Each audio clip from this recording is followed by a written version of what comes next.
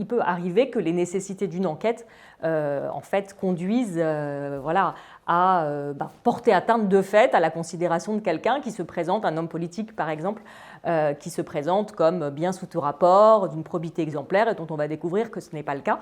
Je le sais puisque moi-même j'ai été poursuivie à de nombreuses reprises en diffamation. J'ai à chaque fois gagné mes procès, j'ai été relaxée parce que les juges ont considéré que cette atteinte était, on pourrait dire, proportionnée en tout cas, à une nécessité supérieure qui était celle de l'intérêt général, l'intérêt de l'information.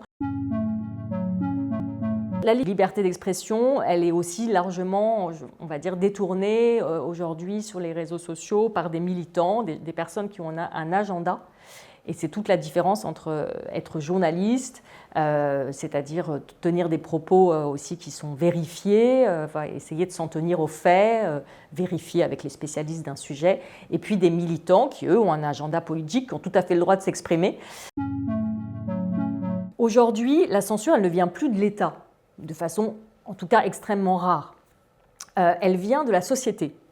Et elle peut venir effectivement, dans certains cas, des actionnaires. Bon, moi, le groupe dans lequel je suis, en aucune façon, il y a un respect de l'indépendance de la rédaction absolue, une sorte de muraille de Chine entre la rédaction et l'actionnaire.